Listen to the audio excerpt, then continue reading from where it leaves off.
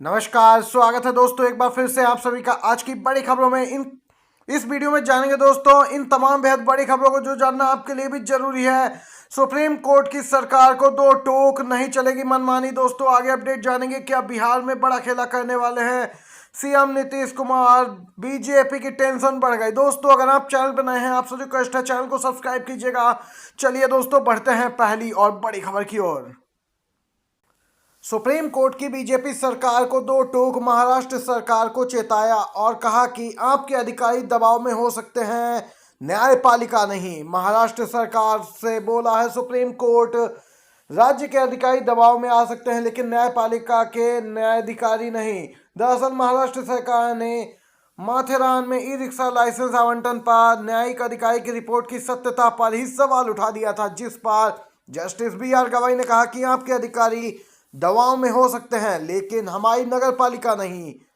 दोस्तों आप सभी को बताते चलें, जस्टिस BR गवाई और जस्टिस AG मसीह की पीठ पहाड़ी शहर में एक पायलट ई रिक्शा परियोजना से संबंधित मुद्दे पर विचार कर रही थी और इस दौरान महाराष्ट्र सरकार की ओर से पेश हुए वकील को भी फटकार लगा दी। शपथ ग्रहण समारोह में शामिल नहीं हुए बिहार के सीएम नीतीश कुमार, अटकलों का दौर शुरू हो गया। जी हां दोस्तों, दिल्ली में नई सरकार का गठन हो गया। मुख्यमंत्री के रूप में रेखा गुप्ता ने शपथ ली। 21 बीजेपी शासित राज्यों के सीएम और कई डिप्टी सीएम शामिल हुए। लेकिन दोस्तों जो गौर करने वाली बात है, केंद्र में बीजेपी की अहम सहयोगी JDU, उसके प्रमुख और बिहार सीएम नीतीश कुमार इस शपथ ग्रहण समारोह में शामिल नहीं हुए। जी हां दोस्तों, शपथ ग्रहण समारोह में शामिल नहीं होने को अब अटकलों का बाजार गर्म है और यहाँ पर दोस्तों दौर चल पड़ा है कि सीएम नीतीश कुमार फिर से बड़ा खेला करने जा रहे बीजेपी के साथ। जैसे ही यह खबर सामने निकल के आई, बीजेपी खेमे में खलबली मच गई, बैठकों का दौर शुरू हो गया। दोस्तों आपसी बयानबाजी JDU और बीजेपी के बीच यहाँ पर चरम पर पहुंच गई। वहीं दोस्तों अब आपको बताते चलें, किसी भी समय बड़ा खेला करने की मोड में है सीएम नीतीश कुमार, पलटी मार सकते हैं। इसी बीच दोस्तों विधायक जो RJD के हैं भाई वीरेंद्र, उनका बड़ा बयान आया है। RJD के साथ नीतीश कुमार के आने की बात कही है। जी हां, महागठबंधन बिहार में है, उसके साथ आएंगे नीतीश कुमार। सीधे तौर पर दोस्तों इंडिया गठबंधन मजबूत होगा, ये यहाँ पर बड़ी खबर निकल के आई है। आपको वीडियो अच्छा लग रहा हो दोस्तों तो एक लाइक भी करते चलिएगा। अगली खबर की ओर बढ़ते हैं। ताजा अपडेट आ रही है। जी हां दोस्तों, महाराष्ट्र की 9 लाख महिलाओं का नाम लाडली बहना योजना से काटा जा रहा है। जी हां दोस्तों, आपको बताते चले, नियमों में उलझाकर इस योजना से लाखों महिलाओं के नाम काटने की तैयारी की जा रही है। आप सभी दोस्तों को बताते चले, साफ है, झूठ बोलना, चुनावी जुमले देना और खोखले वादे कर भोली भाली जनता को ठग लेना बीजेपी की पुरानी आदत रही है। ये विपक्षी दलों का बयान है। महाराष्ट्र की जनता इस ठगी के लिए बीजेपी सरकार को कभी माफ नहीं करेगी। दोस्तों आपको बताते चलें, कांग्रेस पार्टी ने बीजेपी पर जोरदार हमला बोला है। महिलाओं से लाडली बहना योजना के तहत हर महीने 2100 रुपए देने का वादा किया गया था। इस योजना के प्रचार में 200 करोड़ रुपए फूंक दिए बीजेपी और इनके सहयोगी दलों ने। दोस्तों चुनाव से पहले बड़े बड़े वादे किए लेकिन अब नियमों में उलझाकर, कंडीशन लगाकर दोस्तों नाम काटे जा रहे हैं। बीजेपी सरकार ने महाराष्ट्र की महिलाओं के साथ बड़ी ठगी की है, उन्हें धोखा दिया है, ये कहना है कांग्रेस पार्टी का। दोस्तों यहां पर ये ताजा अपडेट निकल के आई है। तो वहीं दूसरी तरफ दिल्ली सरकार पर पूर्व सीएम आतिशी का बड़ा हमला। आपको बताते चले, नई सरकार का गठन हुआ और पहली कैबिनेट मीटिंग में महिलाओं को 2500 की योजना पास क्यों नहीं की गई। यहाँ पर बीजेपी ने बड़े बड़े वादे किए थे, पहली कैबिनेट हो गई लेकिन दोस्तों वादे किए गए, उनसे संबंधित एक भी वादे पे अमल नहीं किया गया। 2500 रुपए देने की कोई योजना पास नहीं की गई पहली कैबिनेट मीटिंग में। सीधे तौर पर महाराष्ट्र हो या फिर दिल्ली, बीजेपी अपने किए वादे पूरे नहीं कर रही है। अब दोस्तों दिल्ली सरकार पर पूर्व सीएम आतिशी का जोरदार हमला देखने को मिला है। दोस्तों खबरों को लेकर आप भी लिखते चलिए अपनी राय, इस खबर पर जरूर लिखिए। दोस्तों अगली खबर की ओर बढ़ते हैं। अभी तक गृह मंत्री अमित शाह ही दोस्तों भविष्यवाणी करते थे चुनाव जीतने की, तो इसके बाद संदेह प्रकट होता था कि कहीं ईवीएम में गड़बड़ी तो नहीं, लेकिन अब पीएम मोदी भी इसी प्रकार की भविष्यवाणी करने लगे हैं।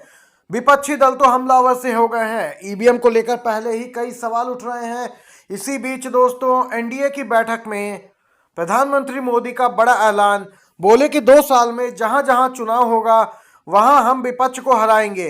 एनडीए की बैठक में पीएम मोदी का यह दावा दोस्तों लगातार अब शक के घेरे में आ गया। विपक्षी दल इसे यहां पर घेरने में लग गए। प्रधानमंत्री के बयान पर तमाम प्रतिक्रियाएं आ रही हैं। दोस्तों विपक्षी दलों तो यहां तक कहना है कि जब तक ईवीएम है तब तक इस प्रकार के दावे होते रहेंगे। दोस्तों ईवीएम को लेकर कई सवाल उठ रहे हैं, लेकिन सरकार और चुनाव आयोग बैलेट पेपर पर वापस लौटने को तैयार नहीं है। वहीं अब पीएम मोदी का ये बड़ा ऐलान, जहां जहां चुनाव है 2 साल में वहां पर विपक्ष को हराने की तैयारी है। दोस्तों कई सवाल उठ रहे हैं। खबर को लेकर आपका क्या कुछ कहना है जरूर बताइए दोस्तों कमेंट बॉक्स में लिखकर। एक और बिग ब्रेकिंग अपडेट की तरफ बढ़ते हैं। असम में कांग्रेस सांसद रकीबुल हुसैन पर हमला, सीएम हेमंत बिस्वा शर्मा बोले सुरक्षा बढ़ाएंगे। दोस्तों असम के धुबरी से कांग्रेस के लोकसभा सांसद रकीबुल हुसैन और उनके निजी सुरक्षा अधिकारियों पर यहां पर हमला हो गया। दोस्तों अज्ञात लोगों ने हमला किया। पुलिस ने इस घटना की पुष्टि की है। हमले के बाद सीएम शर्मा ने घोषणा की कि जिले में रहने के दौरान विपक्षी दल के नेता की सुरक्षा बढ़ा दी जाएगी। असम से कांग्रेस के सांसद और लोकसभा पार्टी के उपनेता गौरव गोगोई ने घटना के लिए शर्मा पर निशाना साधा। दोस्तों आपको बताते चलें, यहाँ पर दोस्तों कांग्रेस के सांसद पे हमला नई बात नहीं है। इस प्रकार के कई मामले देखे जा चुके हैं। पुलिस ने बताया कि हुसैन 2 पहिया वाहन पर जा रहे थे, तभी उन पर कुछ लोगों ने हमला कर दिया। क्रिकेट के बल्ले से लोगों के एक समूह ने हमला किया। लोगों ने अपने चेहरे काले कपड़े से ढके हुए थे और सांसद के खिलाफ नारे लगा रहे थे। दोस्तों देख सकते हैं पीएसओ ने गोली चलाकर सांसद को बचाने की कोशिश की, लेकिन उन पर भी हमला कर दिया गया। दोस्तों यहाँ पर अतिरिक्त पुलिसकर्मी मौके पर पहुंचे और भीड़ को तितर बितर किया। सांसद को अस्पताल ले जाया गया, प्राथमिक उपचार किया गया। ये बड़ी खबर निकल के आई है दोस्तों। इसके बाद लगातार बीजेपी सरकार पे कांग्रेस हमलावर है, असम की बीजेपी सरकार पर। गुजरात लोकलवाड़ी चुनाव, बीजेपी को बुलडोजर राजनीति का खामियाजा भुगतना पड़ा। द्वारिका में हुई विफल।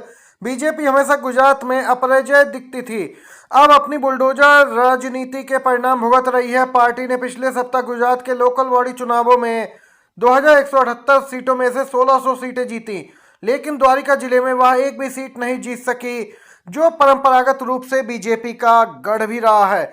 द्वारिका जिले की कुल 28 सीटों में कांग्रेस ने 15 सीटें और आम आदमी पार्टी ने 13 सीटें जीती थी, जिसके बाद बीजेपी को जबरदस्त झटका लगा गुजरात में। दोस्तों यहां पर ये ताजा अपडेट निकल के आई है। बुलडोजर की करनी राजनीति यहां पर बीजेपी को महंगी पड़ गई है और द्वारिका में बीजेपी को बड़ा झटका लगा है। वीडियो अच्छा लगा हो दोस्तों एक लाइक एक शेयर जरूर कीजिएगा। आप सभी का धन्यवाद। जय हिंद, जय भारत।